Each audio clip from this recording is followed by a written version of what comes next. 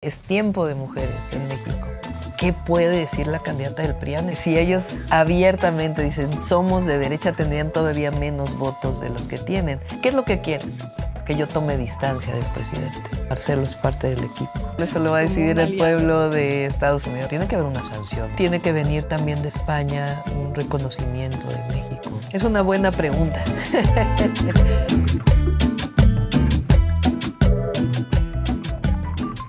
Doctora, muchísimas gracias por su tiempo. Gracias. Falta muy poco para las elecciones. De momento todas las encuestas le dan una ventaja amplia sobre todos los rivales. ¿Cuándo fue consciente de que su trayectoria política tomaba este camino y cómo lo lleva? Pues realmente fui consciente como, digamos, a finales de 2021. Yo siempre fui académica, científica durante muchos años de mi vida. Es hasta el 2000 que soy servidora pública con el presidente, cuando fue jefe de gobierno, secretaria de Medio Ambiente. Y después en 2015 tomo la decisión de participar ya en un proceso de elección popular para fortalecer a Morena, que era nuestro gran proyecto. Por primera vez Morena participaba y de eso dependía el triunfo del 2018 de Andrés Manuel López Obrador. Entonces tomo la decisión de participar, gané en la jefatura delegacional, se llamaba entonces, que es un municipio de la Ciudad de México, y después me voy a la jefatura de gobierno y pues el presidente me nombra en una mañanera junto con otros compañeros y ahí es donde me cae el 20 de que pues es posible, ¿no? Todavía me tarda un año porque pues la ciudad vivió momentos muy difíciles con la pandemia y no quería yo dejar la ciudad y es hasta el 2022 que tomo pues la decisión de participar y comenzar a salir los domingos cuando era jefa de gobierno y después ya pues en el proceso de la encuesta.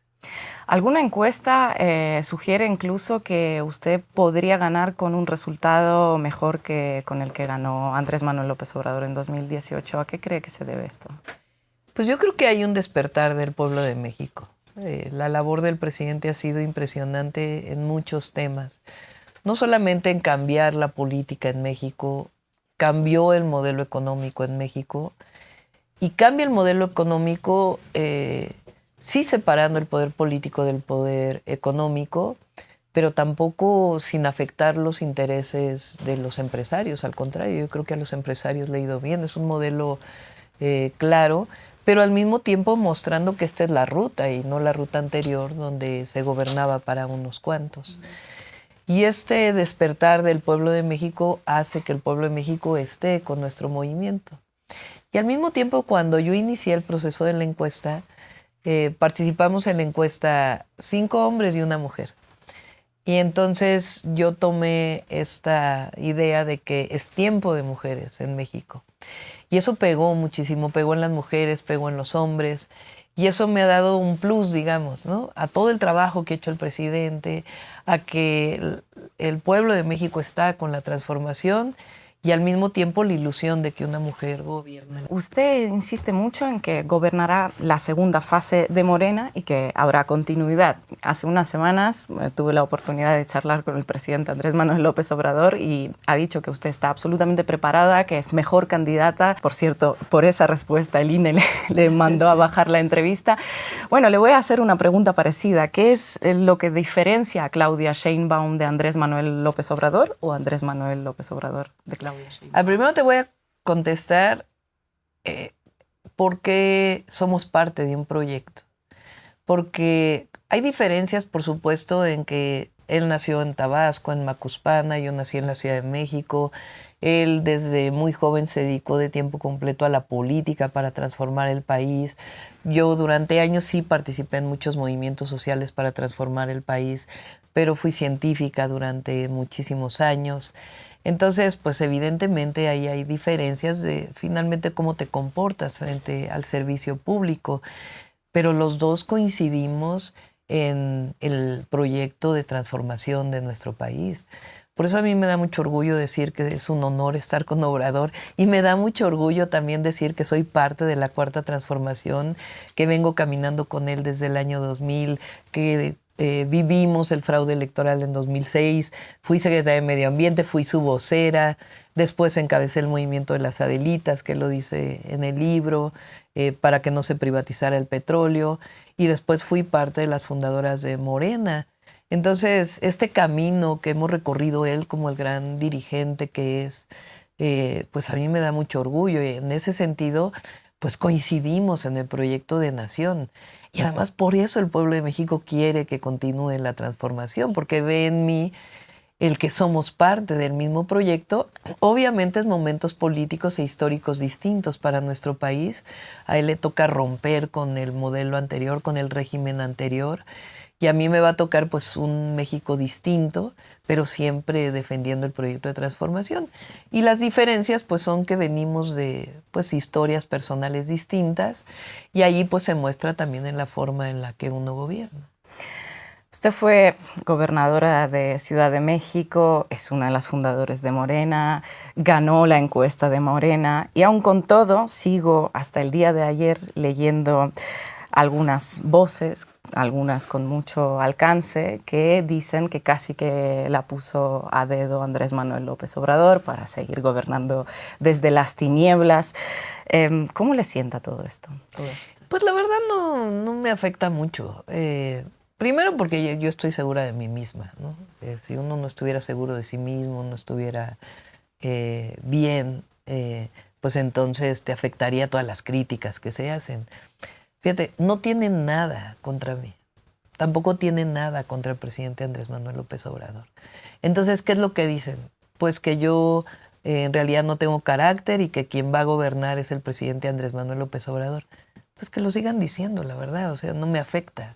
Ya se verá, pues, cuando gane la presidencia cómo son las cosas. Pero además, ¿qué es lo que quieren? Que yo tome distancia del presidente. Porque ellos al mismo tiempo saben que si yo tomo distancia del presidente, pues voy a bajar en las encuestas de un presidente que tiene el 70% de popularidad. No lo voy a hacer, primero por convicción, porque creo en el proyecto, creo en Andrés Manuel López Obrador, y segundo porque tengo la certeza de que cuando lleguemos al gobierno, pues claro que voy a gobernar yo, pero además voy a gobernar para y con el pueblo de México. ¿En qué va a notar México que llegue al poder una primera presidenta mujer en su historia? Pues uno gobierna con ojos de mujer, porque uno es mujer. Yo creo que el que llegue una mujer a la presidencia de México es un símbolo. Es un símbolo de qué tanto ha cambiado México. Uno de los países en el mundo que se consideraba de los más machistas, de historia de violencia contra las mujeres, de historia en donde, imagínate el dicho que se decía de calladita te ves más bonita, pues México va a ser el primer país, por lo menos de América del Norte, que va a tener una mujer presidenta. Entonces eso es un símbolo, y además yo lo veo en los eventos, a las niñas, a las jóvenes, a las adultas. Hay una frase que pone la piel de gallina que me dijo una joven en los Altos de Chiapas. Me dijo, tú eres el sueño no cumplido de nuestras abuelas. Y por eso yo digo, cuando llegue la presidencia no llego sola, llegamos todas, llegan nuestras ancestras y llegan nuestras hijas. Entonces, por supuesto, es un símbolo. Y además, pues tenemos que hacer más cosas por las mujeres, porque no solo es que llegue una mujer, sino avanzar en los derechos del pueblo de México y en los derechos de las mujeres. Y así vamos a trabajar. ¿Declararía una alerta de género en todo el país como lo ha hecho en Ciudad de México, por ejemplo? Pues no sé si es la alerta como tal, sino más bien qué acciones vamos a seguir desarrollando para erradicar la violencia contra las mujeres que lamentablemente se sigue viviendo en México. En la historia de América Latina solo hubo 13 mujeres presidentas, 6 que salieron con votos. ¿Por qué cree que hay tan pocas mujeres que llegan al poder? ¿Por qué esto sigue siendo una excepción y no la norma? Pues porque durante años se pensó que las mujeres éramos menos. Angela Davis tiene una frase que es pues una luchadora por los derechos civiles en Estados Unidos y además feminista, que es una frase dicha distinta por Elvia Carrillo Puerto, que es una mujer que peleó por los derechos de las mujeres en México, yucateca, una de las primeras mujeres diputadas antes del sufragio de las mujeres, que dice, las mujeres solo pedimos que seamos tratadas como personas. Y yo creo que ese es parte del problema, que en todo el mundo a las mujeres se nos vio siempre menos. Y por eso luchamos por todos los derechos para todas las mujeres. Y hay diferencias también en cómo tratan a las mujeres en algunos países, en otros, o aquí en México. No es lo mismo lo que sufre una mujer indígena con la discriminación triple por ser indígena, por el color de la piel, por pobreza, que una mujer que vive en otras condiciones. Pero de todas maneras no hemos tenido todos los derechos políticos. Por eso es increíble la transformación en México. Porque no solo ha cambiado el régimen de opresión, de privilegios, de corrupción, sino también le abrió la puerta a las mujeres. Por primera vez hay un gabinete paritario en México. Y yo creo que el ejemplo, por ser México un país tan importante en todo el mundo, no solo por ser la 12ª economía mundial, sino por nuestra riqueza cultural, que en México haya una mujer presidenta, pues va a tener una influencia muy grande para todos los países del mundo. ¿Qué es el feminismo para usted? Porque siempre habla de mujeres pobres primero. Sí, el feminismo es todos los derechos para las mujeres y que las mujeres seamos tratadas como iguales, con la igualdad sustantiva y todas nuestras autonomías, la autonomía económica, la autonomía política, la autonomía física. Para mí eso es el feminismo. Y también que el Estado procure ser un Estado que cuide a las mujeres, porque las mujeres somos las cuidadoras de la familia. Y la única manera en que podemos desarrollarnos con autonomía es que también el Estado procure el cuidado de los hijos, de las personas con discapacidad, de los adultos mayores, si es que así lo desean las mujeres. Y yo creo, nosotros en Morena decimos, en el caso de las mujeres, por el bien de todas, primero las pobres, porque ahí es donde hay mayor marginación, mayor desigualdad. Y nuestra lucha es por la justicia, en todos los sentidos, por la justicia social, por la justicia en términos de los derechos humanos, por la justicia ambiental, por la justicia para las mujeres y por un verdadero sistema de justicia en nuestro país. Usted procede del mundo de la ciencia, es licenciada en física, tiene un doctorado en ingeniería especializada en medio ambiente, llevó estos temas, asuntos en la ONU. ¿Cómo va a influir esta experiencia suya en el futuro de México? Bueno, yo pienso que tenemos que acelerar la transición energética hacia fuentes renovables de energía, también desarrollar la eficiencia energética, porque esos son cambios tecnológicos, no solamente el ahorro de energía. Creo que México, con el desarrollo que tiene, la contaminación que tenemos de los cuerpos de agua tiene que resolverse. Hay ríos hipercontaminados en nuestro país y tenemos que avanzar también en ese tema. Y por otro lado, pues todo el tema de adaptación al cambio climático. Hoy vivimos una sequía prolongada de cerca de 5 años en el centro y norte del país, y uno de los problemas centrales es el abastecimiento de agua para consumo humano y para producción de alimentos. Entonces estamos desarrollando un plan nacional hídrico para el país que nos permita hacer uso eficiente del agua, cambiar la ley nacional de agua en términos de los derechos de agua y al mismo tiempo nuevas fuentes de abastecimiento. Entonces sí se va a notar que vengo del medio ambiente, que soy ambientalista y que vamos a caminar en lo que yo llamo el desarrollo, no lo llamo yo, es algo internacional. El desarrollo de un país tiene que ver sí con el desarrollo económico, pero también con la disminución de las desigualdades y la reducción de la pobreza y al mismo tiempo con un desarrollo sustentable. Doctora, quería hablar también con usted sobre la oposición mexicana, cómo la ve y qué le parece la campaña que están llevando a cabo. A ver, la oposición en México es una amalgama de ¿qué los junta? Los junta regresar al pasado, de privilegios que tenían, los junta la corrupción. Y el problema es que no hay una ideología ahí. O sea, no hay un pensamiento que los una. Ellos no pueden decirse que son de derecha, porque el pueblo de México es tan progresista ya, que si ellos abiertamente dicen somos de derecha, tendrían todavía menos votos de los que tienen. Es este debate de los programas sociales. Tú tienes un expresidente que dice que aquellos que reciben apoyo son flojos. Tienes a una candidata del PRI y el PAN que en el 2022 todavía dijo que los programas sociales deben ser temporales y lo que debe sacar adelante a las personas es el trabajo, como si los adultos mayores de 90 años tuvieran que trabajar, ¿no? Y por otro lado, los tienes amarrándose en la bandera diciendo, no, nosotros sí defendemos los programas sociales. ¿Por qué lo hacen? Porque si dijeran lo que piensan realmente, pues todavía tendrían menos aprobación. Entonces, ¿qué los junta? Los junta el negocio, los junta la corrupción y en realidad pues no tienen ni siquiera una forma de pensamiento. Es una amalgama ahí que es estar en contra de Andrés Manuel López Obrador, del proyecto de transformación. Inclusive los grandes empresarios de nuestro país también están divididos. Ya no es ese apoyo unánime que tenían en el 2006 contra Andrés Manuel López Obrador, porque saben que les ha ido bien, que esta cosa que se decía de que la economía iba a ir muy mal, pues ahora se ha demostrado que está mejor la economía que lo que estaba antes.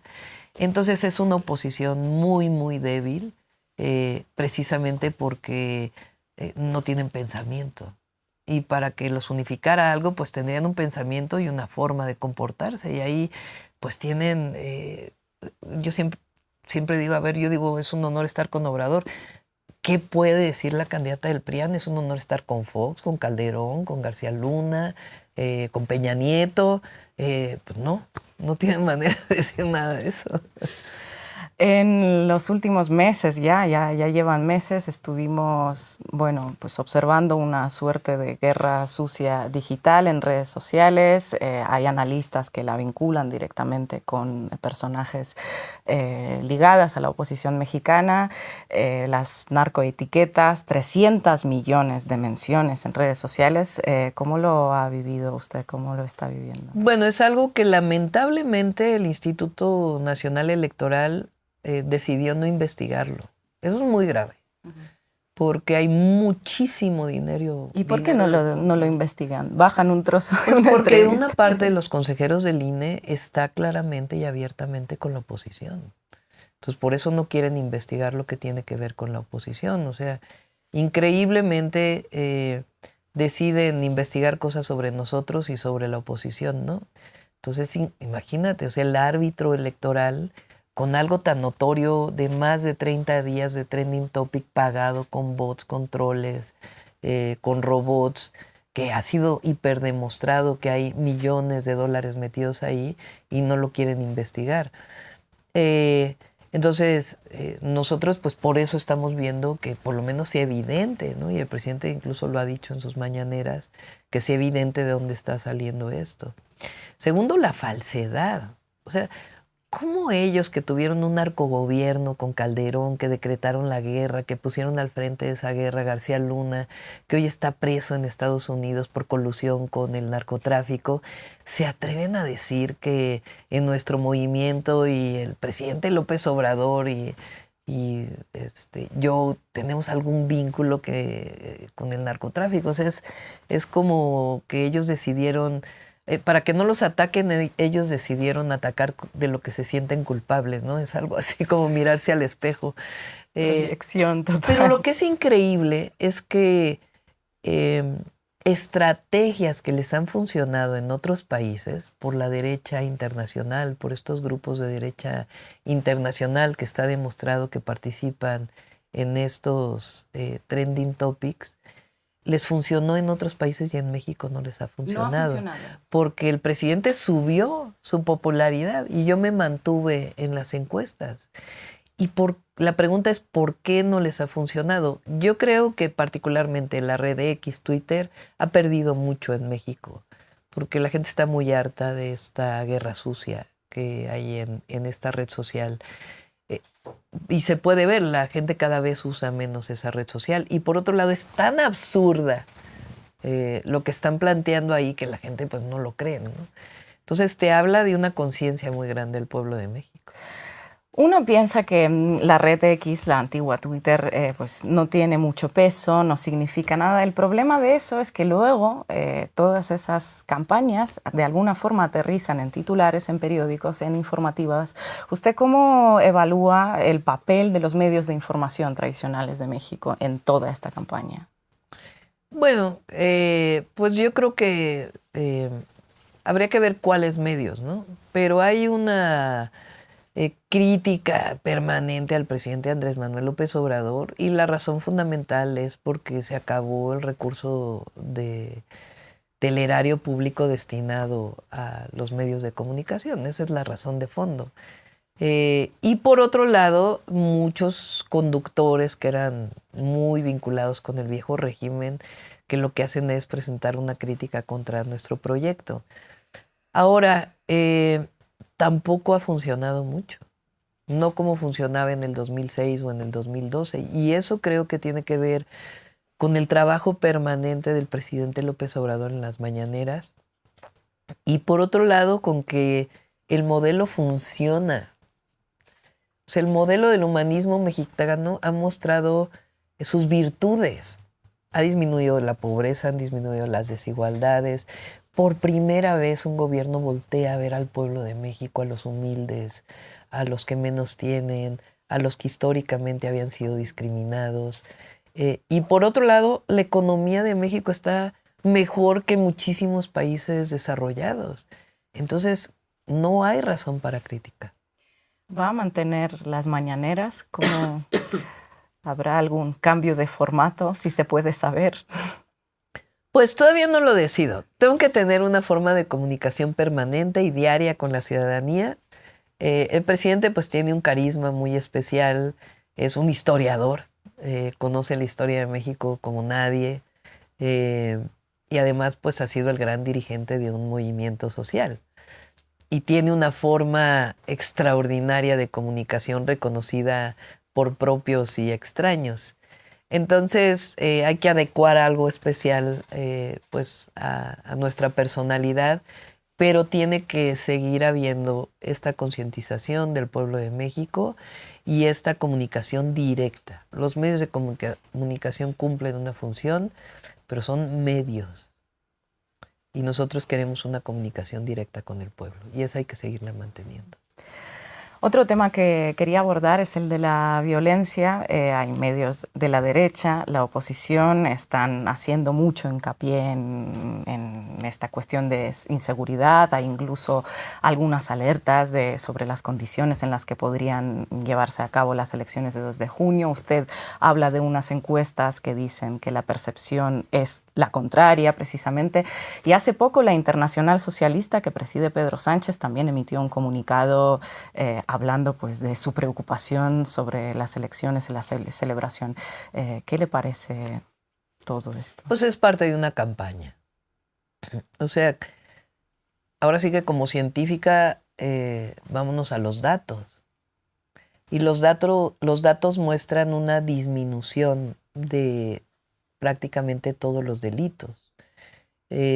Quizá uno de los temas que hay que afrontar, la extorsión, que ha sido un tema que en algunos lugares del país preocupa, se está planteando ahora que sea catalogada como delito grave, porque no está así, y avanzar más en ese tema en algunos lugares del país, pero en todos los demás hay disminución.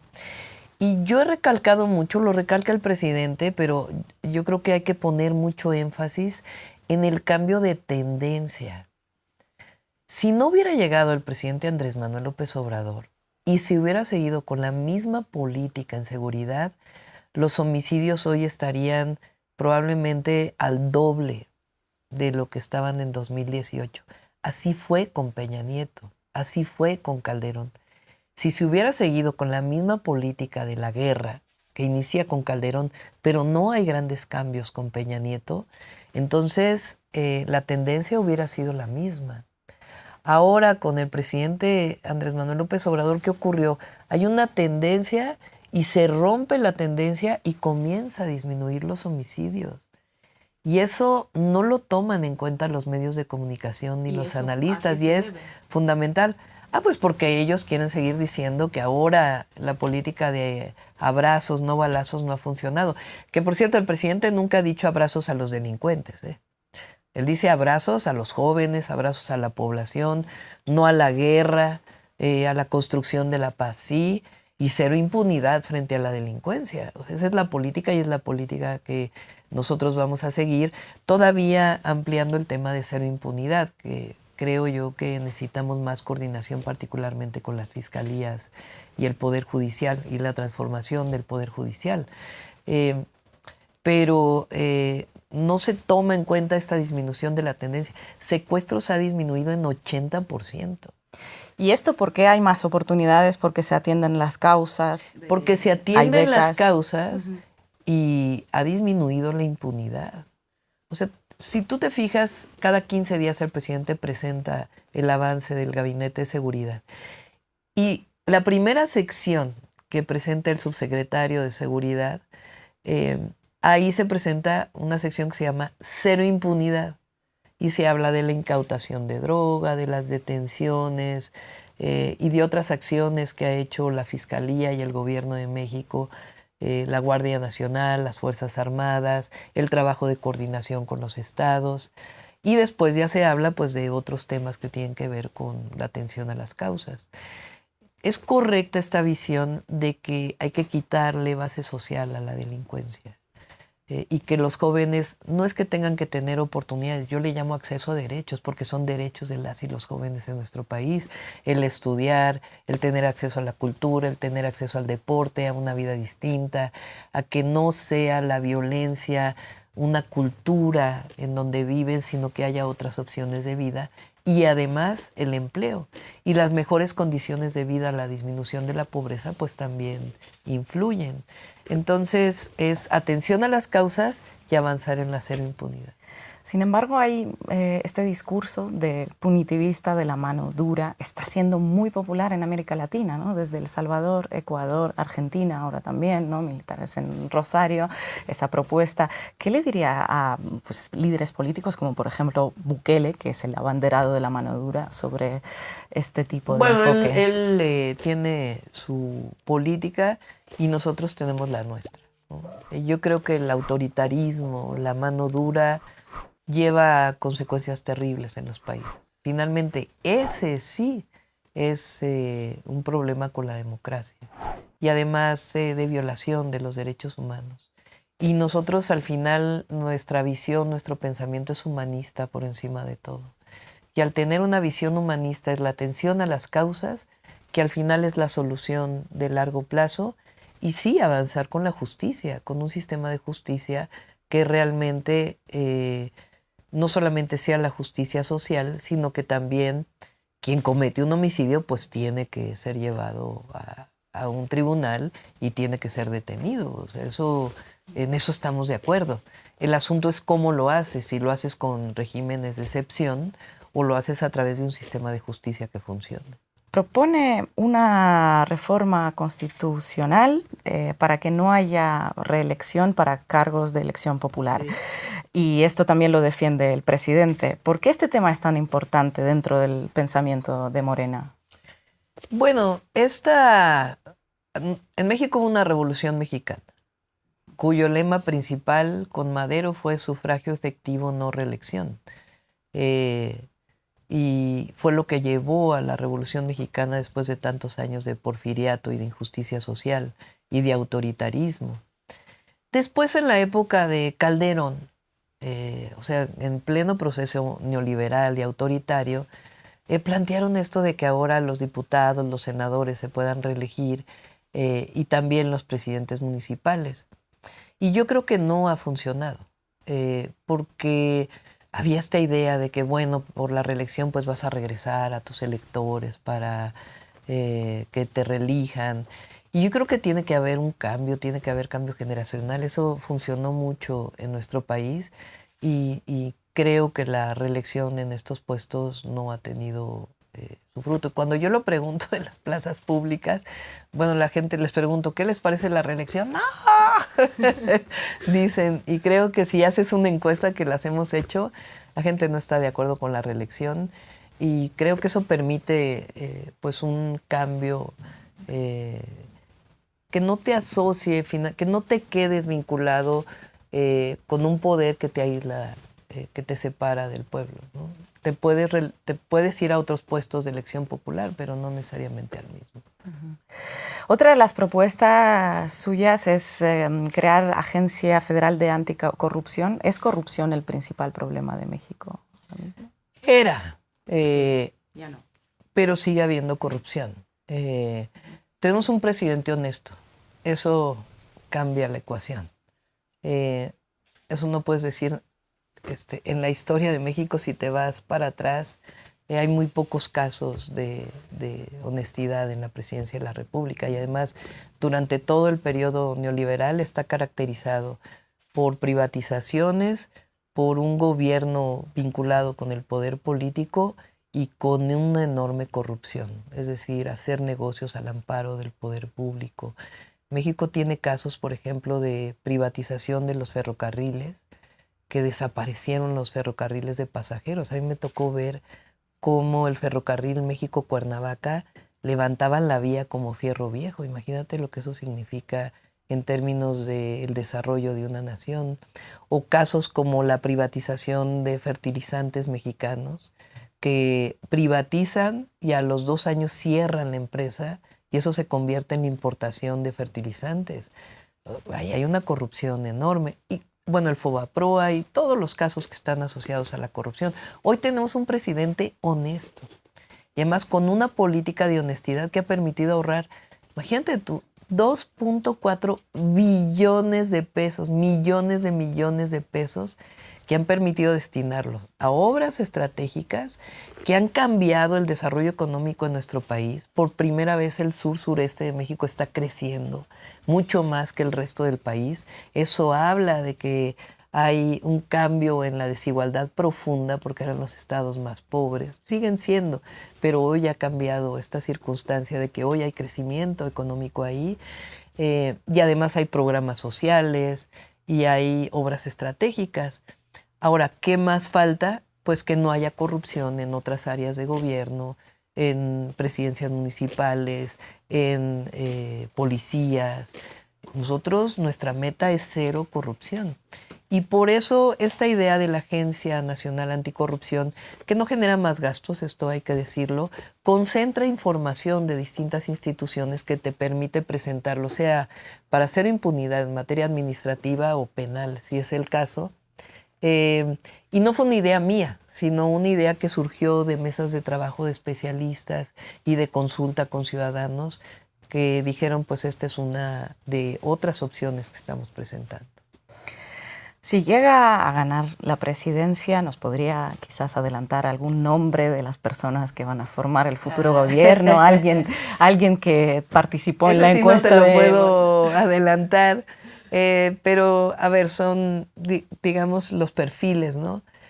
Personas honestas, ante todo, de mucha convicción en el proyecto y que tengan las dos partes, una, conocimiento del área en la que van a estar, pero al mismo tiempo que tengan amor por el servicio público y amor al pueblo.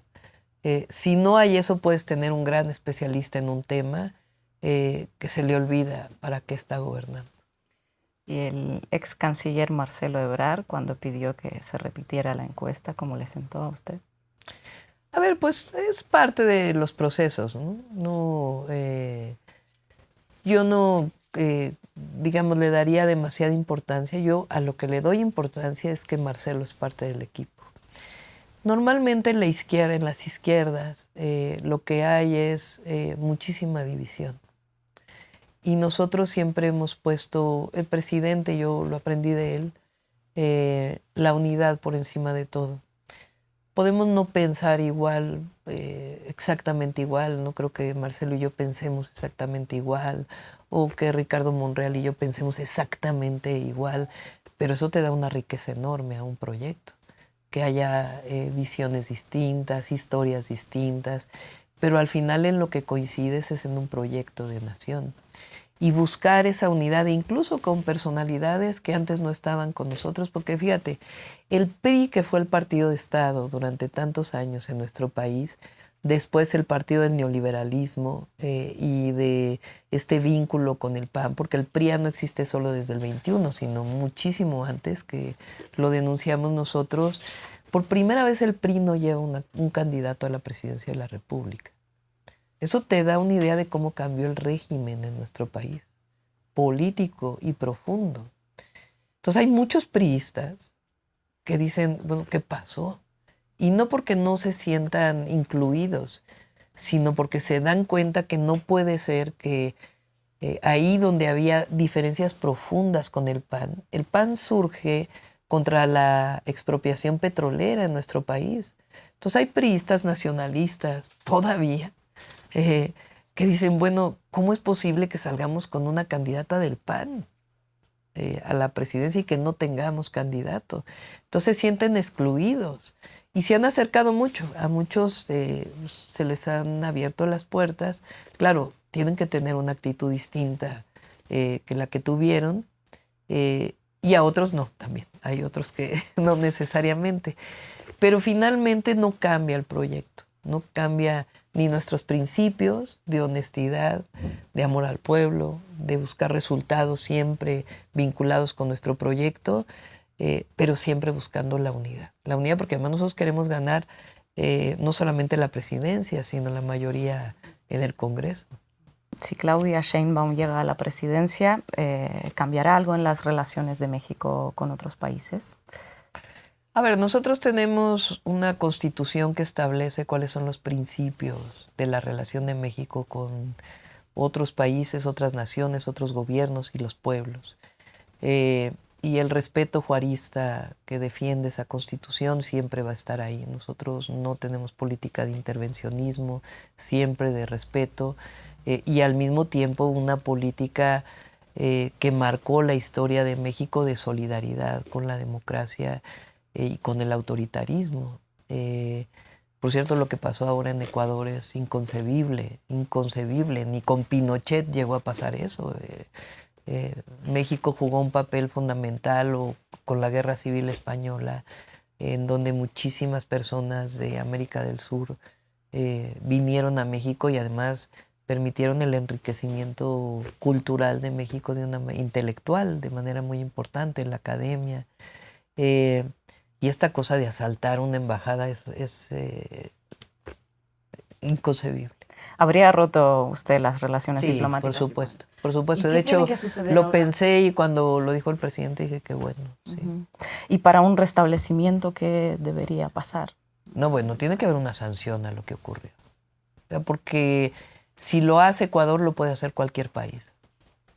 Y eso tiene que ser sancionado. No puede ser que eso pase como si nada. Entonces, para haber un restablecimiento de esas relaciones, pues tiene que haber un reconocimiento de que hubo un error. Y además que el derecho de asilo también es pues un derecho internacional. ¿Las embajadas mexicanas seguirán siendo abiertas para...? Sí, y también algo muy importante, tenemos que seguir fortaleciendo los consulados mexicanos para la atención de los mexicanos en Estados Unidos particularmente, atención de sus derechos, de evitar la discriminación, la violación a los derechos humanos y todas las facilidades que requieran para su vínculo con sus familias en México. ¿Donald Trump o Joe Biden? ¿Quién sería pues mejor eso lo para va a decidir México? El pueblo de Estados Unidos, no me toca a mí, no me toca a mí decidirlo, eso lo va a decidir el pueblo de Estados Unidos, lo tienen que decidir ellos. Pero siempre vamos a mantener nuestra dignidad, nuestra soberanía, el respeto a México, nunca agachar la cabeza, nunca una relación de subordinación. Hoy somos el principal socio comercial de Estados Unidos y en esa defensa vamos a buscar buenas relaciones de comunicación, de amistad. Y en el tema de migración siempre vamos a insistir que la mejor política es la cooperación para el desarrollo. ¿Y con España seguirá habiendo esa suerte de pausa en las relaciones diplomáticas? Bueno, hay que destacar que van a ser buenas relaciones. Pero poner siempre que México es un país independiente, soberano, que ya no somos colonia ni protectorado de nadie. Y como presidenta me va a tocar defender siempre la soberanía de nuestro país y al mismo tiempo la buena amistad con todos los pueblos. Ahora está el tema del perdón. Yo creo que tiene que venir también de España un reconocimiento de México. Yo hice una crítica al presidente español con esto que mencionas, de la Internacional Socialista que se presentó diciendo que México había una condición muy difícil para el desarrollo de las elecciones. Después hubo una aclaración por parte de la embajada que no se dijo en particular para México, sino que era una cuestión para todo el mundo.